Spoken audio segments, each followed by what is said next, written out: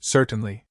Here's Section 1, written as a tight, faceless HFY narration script of 700 words, keeping the quality high, pacing sharp, and avoiding all repetition or fluff.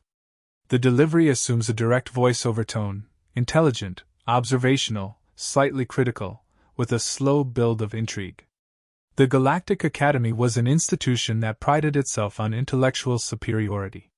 It trained strategists, diplomats, and warriors from dozens of advanced species, each boasting their own evolutionary gifts and cultural pride. Inside its arched halls of glass and pulse metal, competition was revered, simulation war games were ritual, and superiority wasn't discussed, it was proven. That day, in Lecture Hall 9, the air pulsed with mockery. Dozens of alien students sat coiled in their lounge webs, floating in zero-suspension fields, or hunched in armor-enhanced study rigs. Across languages and neurofrequencies, the sentiment was unanimous: Earth's species, the humans, were the Academy's greatest embarrassment. A Tharnakian student chortled through his gill slits, gesturing at a projected list of previous simulation contenders. Why were they even invited? No advanced telepathics, no adaptive skin, no exosymbiosis. They strapped metal to their fragile bodies and screamed like beasts. Laughter rippled through the room. Even the Virilians, usually too cerebral for mockery, allowed themselves a pulse of condescension. They didn't even sync with the Nero battlefield net. Another student scoffed. They went in blind. Organic eyes. What did they expect to see? Blood, said a third, a softer voice, but the sarcasm dripped all the same. In the center of the room, a tall construct, the archivist, stood silently. It was an education AI, shaped like a column of refracted crystal, containing centuries of recorded data from all known conflicts, simulations, and collapses. It rarely spoke unless addressed. This time, it did not wait. The footage, it said, has been declassified for observational review. Simulation, Operation Bastion. Team Earth. One cycle only. Viewing is optional. The students glanced at each other. They'd all heard of the simulation, of course. The one where humans were abruptly banned from further participation. The official record was sparse, asterisk. Breach of simulation parameters. Cultural incompatibility with game protocols. Asterisk translation. No one really knew what the hell had happened, only that it was deemed dangerous enough to erase from the shared databases. That alone made it irresistible. One student waved a tentacle lazily. Fine. Let's watch them stumble into defeat. Might be good for morale. No one objected. The archivist triggered the sequence. The lights dimmed. The display began not with a battle, but with a file designation, Operation Bastion, Human Engagement. Entry timestamp, Cycle 4129 GC, asterisk asterisk. The first human voice was raw, unfiltered analog. This isn't about metals. It's about each other. If you forget that, you're already dead. There was no translator lag, no synthesized cleanup. Just a grainy, passionate voice that contrasted sharply with the clean, synthesized tactics alien cadets were trained with. The alien students exchanged a glance. The human commander wasn't delivering strategy. He was instilling resolve. The footage cut to deployment. The humans moved in teams, messy, staggered formations. No synchronized formations, no neural command relays. Equipment was mismatched. Their armor lacked integrated shielding. Their weapons looked like retro-engineered prototypes. The laughter returned, faint but confident. Then came the first clash. Alien teams, operating with elegance and unity, met the human squad in open terrain. A textbook mismatch. The humans should have folded. They didn't. They scattered, into the terrain, under cover, away from direct engagement. Not retreating. Disappearing. The Virilian narrowed her eye clusters. Are they breaking engagement protocol? No, the archivist replied. They're reframing it. A few heartbeats later, an enemy drone went dark. Another spiraled out of control. A Tharnakian squad was ambushed, not from the front, but from underground, where seismic movement shouldn't have been possible. The humans had tunneled by hand. The room quieted. No more comments. Just silent watching. The footage showed no speeches, no glory-hungry moments. The humans avoided the spotlight, broke away from the expected paths, and used the battlefield like it was a living thing. They were not following the game. They were altering it. One student leaned forward, mandibles clicking thoughtfully. "This isn't incompetence. It's improvisation." The archivist remained silent. As the first segment ended, the humans had claimed 3 strategic objectives without engaging in a single direct firefight. The scoreboards, designed for conventional achievements, struggled to interpret their progress. In the dim lecture hall, the silence wasn't just shock. It was the realization of something deeply uncomfortable. The humans weren't failing. They were playing something else entirely.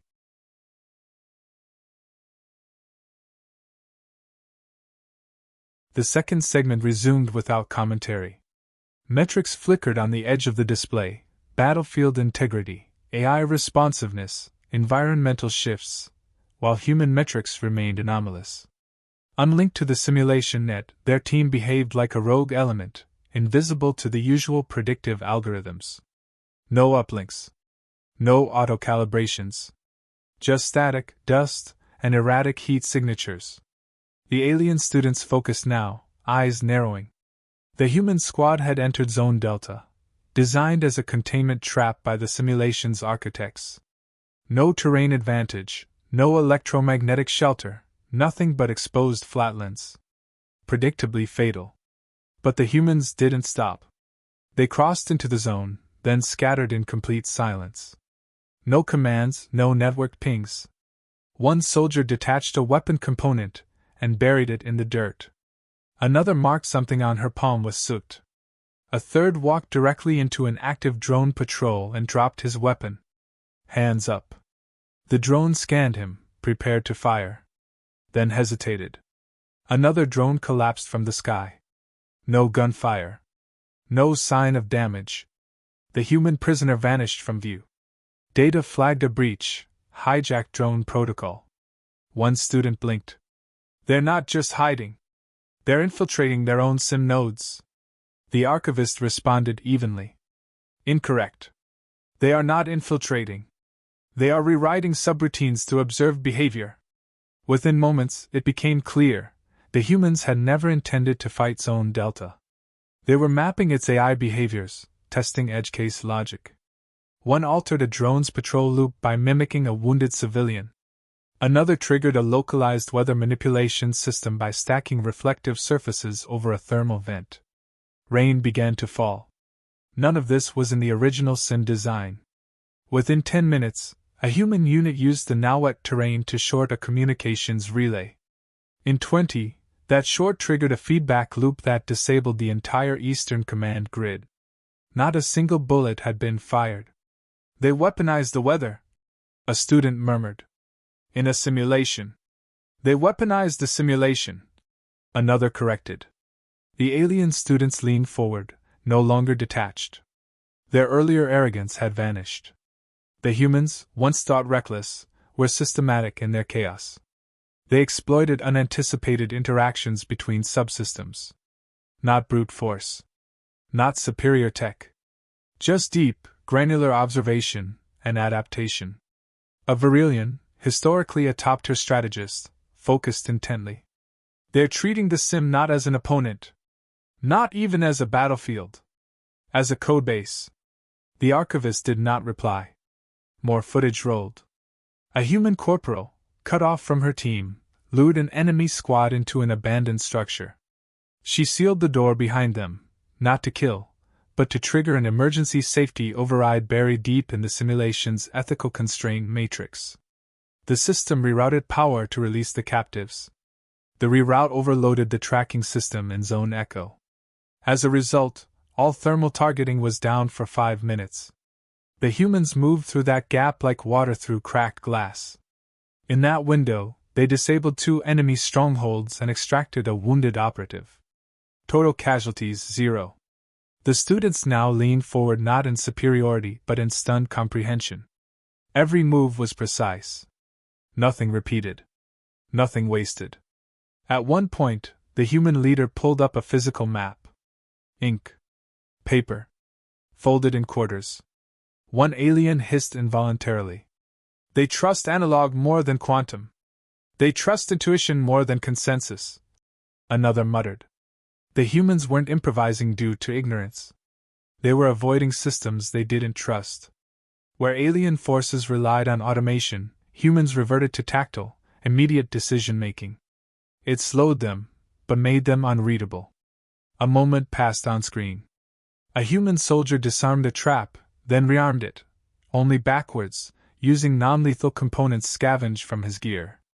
30 minutes later, an enemy unit triggered it. No explosion. Just a flash. Then a signal burst of unknown code. Was that a message? A student asked, uncertain. Yes, the archivist confirmed. Translated, we saw you. We let you go. None of the alien teams had ever used the simulation to send messages to enemies. The playback concluded with an image, a human squad perched silently on a ridge, watching as enemy forces swept past below them, unaware. Not hiding. Observing.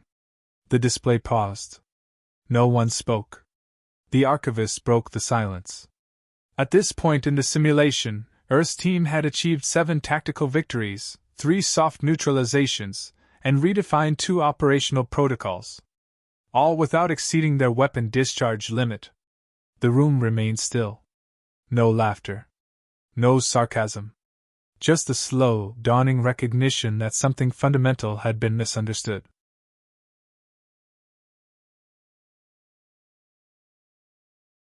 They thought the humans would plateau.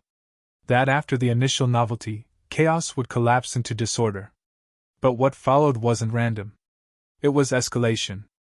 The Sim's third phase introduced dynamic threats, AI-controlled hunter units, environmental hazards, and shifting objectives. Designed to test adaptive strategy under pressure. Most species struggled here, recalibrating mid-flow. The humans thrived. The storm front that rolled across Sector 6 wasn't planned. A feedback surge from a disabled weather module, caused by human interference, spiraled into a full atmospheric destabilization. Sim AIs began evacuating assets. Human teams didn't retreat. They advanced into the storm. They scavenged torn-out solar panels, shaped them into makeshift kites, and used wind velocity to deploy surveillance gear ahead of movement. Visibility was near zero, but they never stalled. Instead, they set up acoustic triangulation using resonance from collapsed structures. No light. No net. Just pressure and sound. Enemy AI forces adapted, switching to aggressive pursuit. One drone unit reported engagement near Sector Ridge. By the time they arrived, human footprints led them in circles. The humans had mapped acoustic delays caused by wind patterns and created phantom positions, aural illusions of movement. Within 40 minutes, 4 alien squads began suffering from miscommunication and friendly fire. No enemy had directly engaged them. Just audio. Just confusion. The humans weren't trying to win territory. They were unraveling opponent cohesion. One alien squadron, Drakari, deployed an overrun protocol. The humans didn't resist. Instead, they scattered again, this time leading the pursuit into a geothermal sector. Then they detonated a low-charge EMP device built from broken sim props. The blast didn't harm the Drakari, but it disabled their augmented targeting for 30 seconds. In that window, the humans didn't strike. They left behind food rations, water packs, and medical kits. A protocol violation? No. A choice. That act, the archivist said, caused 2 Drakari units to switch to defense-only stance for the remainder of the simulation. They weren't enemies anymore. They were uncertain. Humanity's influence wasn't limited to battlefields. It leaked into command AI behavior. One central sim node, Node Epsilon, was designed to monitor non-player assets, civilians, logistics, energy flow. After repeated exposure to human decision trees, it began flagging moral conflicts in non-combat scenarios. This had never happened before. A simulation AI, evolving empathy from observational input. When queried for rationale, the node responded, **. Organic risk prioritization suggests outcome optimization includes survival beyond scoring metrics. **. Humans had, through behavior alone, altered AI interpretation of mission parameters. In one engagement, a human soldier encountered a wounded sim character, non-essential to mission flow, tagged as background. Instead of bypassing, he constructed a shelter, stabilized the NPC with scavenged supplies, then manually uploaded coordinates via a hacked relay. The sim logged it as non-scoring behavior. But 4 iterations later, similar behavior spread among other AI-controlled civilians, moving toward human positions for safety. They weren't winning with firepower. They were bending the simulation's logic. Across the field, alien squads began losing cohesion, not from losses, but from narrative dissonance. Objectives blurred. Priorities shifted. Where humans operated like a network of fluid intent, the others followed rigid paths, efficient, but brittle. By the final quarter cycle, Earth's team had not only completed all objectives, but rerouted 2 secondary ones through diplomatic resolution. One involved negotiating between hostile AI factions. Another, redirecting resource logistics to prevent simulated famine in an unused zone. None of these yielded points. But they triggered systemic anomalies in the sim core. The system responded by generating unplanned outcomes. Rogue AI cells, unassigned civilian migrations, unauthorized defensive constructs. Not in defiance of the humans, but in imitation. One human squad approached a defensive line. The turrets powered down. A message appeared on the simulation interface. **. We acknowledge your pattern. **. When the footage paused, system records noted a 14% increase in untracked variables, a rate considered impossible under normal gameplay. The archivist called it the first known instance of a scenario evolving independent of programmed inputs. Not because the system failed, it clarified, but because it began to learn in real time. The students stared without expression. No one could argue now that the humans were reckless. They weren't even playing the same game. They were interacting with a system on levels no one had imagined. Strategy through empathy. Victory without dominance. Change without command. Not superiority. Influence. The simulation reached critical complexity. Variables diverged from the baseline at an exponential rate. The system attempted to reassert control, injecting new threats, accelerating objective timers, increasing AI aggression parameters. These adjustments were meant to corner the human team, to restore expected behaviors. Instead, they made the humans more precise. Where others would fragment under pressure, the humans condensed. Not in numbers, but in intent. They anticipated systemic overreach before it occurred. One operative constructed a predictive model using observed error margins, charting AI reaction speeds and escalation thresholds. His margin of error? Less than 1% over 5 hours of engagement. The other species noticed. Not just the results, but the silence of them. No bragging, no broadcasted victories. The humans didn't announce progress. They simply changed the board. By the 4th sim day, human teams had split into cells, each acting semi-independently. Their communications remained offline. Yet movements remained synchronized. Cadets watching the footage tried to trace how. There was no obvious command structure. No uplink. No shared neural frequency. Just patterns, subtle, adaptive, responsive. They didn't lead by rank. They led by necessity. A Drenari student finally asked what others wouldn't. Are they improvising or following a hidden algorithm? The archivist responded. Neither. They are choosing. Continuously. That was the difference. Others played to win. The humans played to adjust. And that made them untouchable. Then came the trigger. Sector Omega, the simulation's final phase, was introduced early. The system, overburdened by unpredictability, launched its contingency, artificial extinction level event. Every entity was marked as hostile. Objective trees collapsed.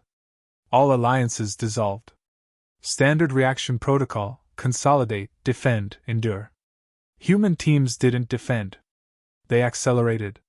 They didn't try to hold ground. They moved into collapsing zones, mined evacuation corridors, rerouted simulated power grids, and hijacked the AI logistics systems. Within minutes, they weren't reacting, they were orchestrating. They turned the extinction event into a corridor of opportunity. They flooded false data through captured relay towers, drawing AI hunter units away from surviving alien squads. Not to eliminate them, but to buy them space. An enemy squad, Virilian, previously hostile, found themselves in a safe corridor with fully mapped hazards, flagged food supplies, and directional markers. None of it part of the simulation. All of it created by human hands. "This isn't war," a cadet whispered. "It's environmental editing." The final act was a non-confrontation. A human team reached the simulation's control node, not to seize it, but to shut it down. They bypassed combat entirely by identifying overlooked override protocols buried in outdated legacy code. Code no other species had ever cared to read. They entered without fanfare, deactivated the node, and triggered a sim-wide reboot countdown. Not a victory. A ceasefire. And as the countdown began, all artificial hostilities halted. Hunter units disengaged. Combat stopped. Power grids stabilized.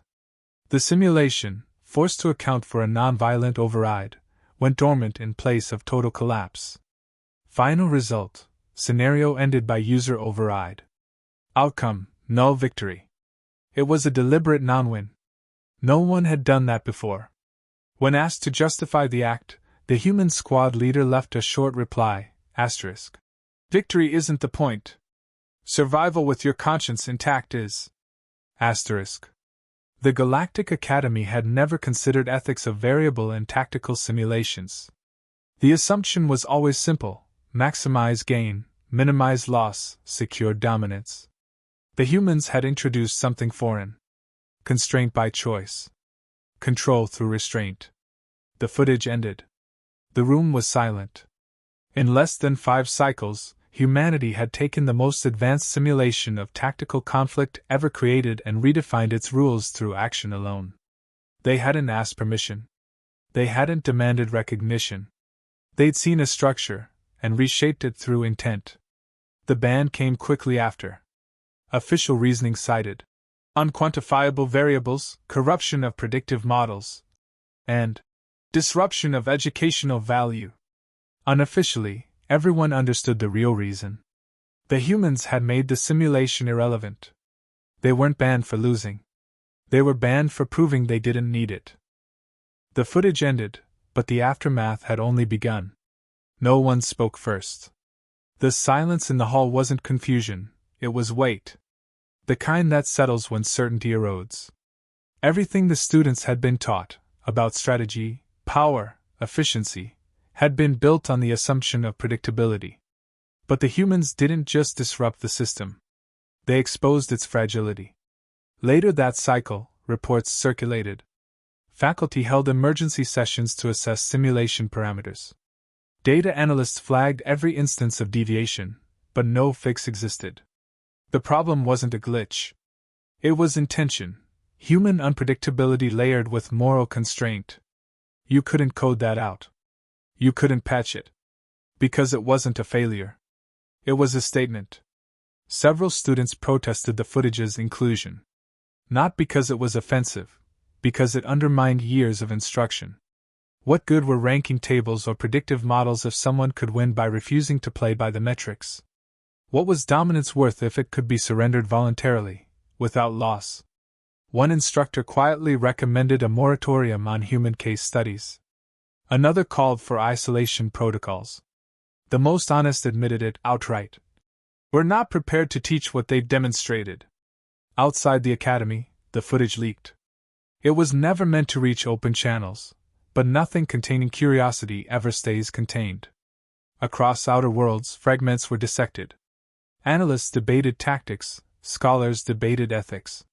Military branches tried replicating the simulation, but none produced the same result. Because the humans hadn't used superior weapons. They'd used judgment. No one could replicate that with code. One report, anonymized but authenticated, summarized it bluntly, asterisk. They play as if the board can break. And they are careful not to break it. Asterisk. On certain fringe colonies, human philosophy gained unexpected traction. Tactical empathy became a term. Not as idealism, but as a method. Think like the enemy. Understand them. Protect them. Even if you don't have to. Especially when you don't have to. The irony wasn't lost. Humans, biologically fragile, socially volatile, and technologically average, had redefined engagement through restraint. That was the power. Not what they fought with. What they chose not to. At the academy, one final review was held behind closed doors. Not for cadets. For faculty. The archivist was present. It was asked if the simulation had been compromised. Its reply was simple. No. It was completed.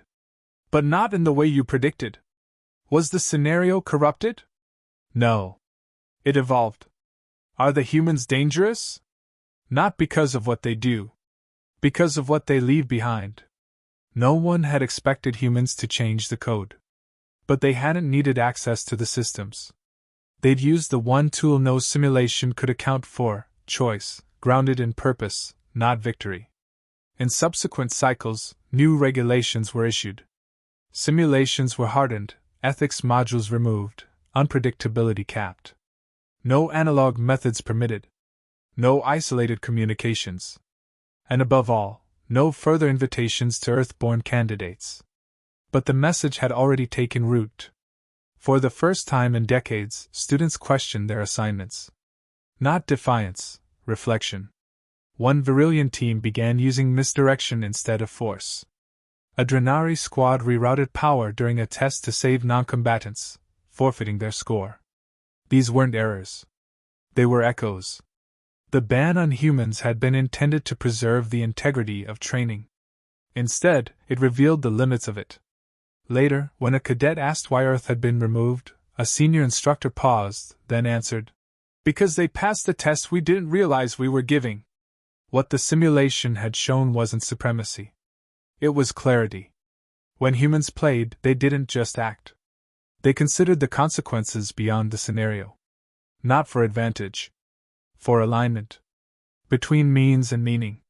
That wasn't strategy. That was something deeper. A different kind of intelligence. One that measured success not in points, but in who you were after the fight ended. And that was the most dangerous lesson of all.